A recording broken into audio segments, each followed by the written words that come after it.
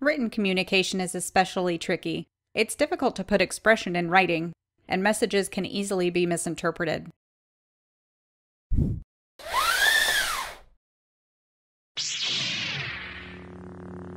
Try not to send messages using all capital letters, because people will think you're shouting at them.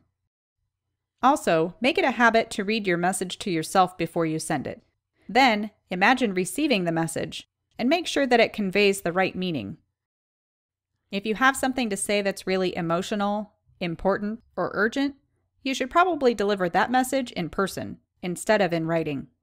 When you receive a written message, read it carefully. If it seems negative, first try interpreting it differently. Then, if there's still doubt about the intent of the message, talk to the sender directly, instead of responding in writing. You could save yourself a lot of trouble.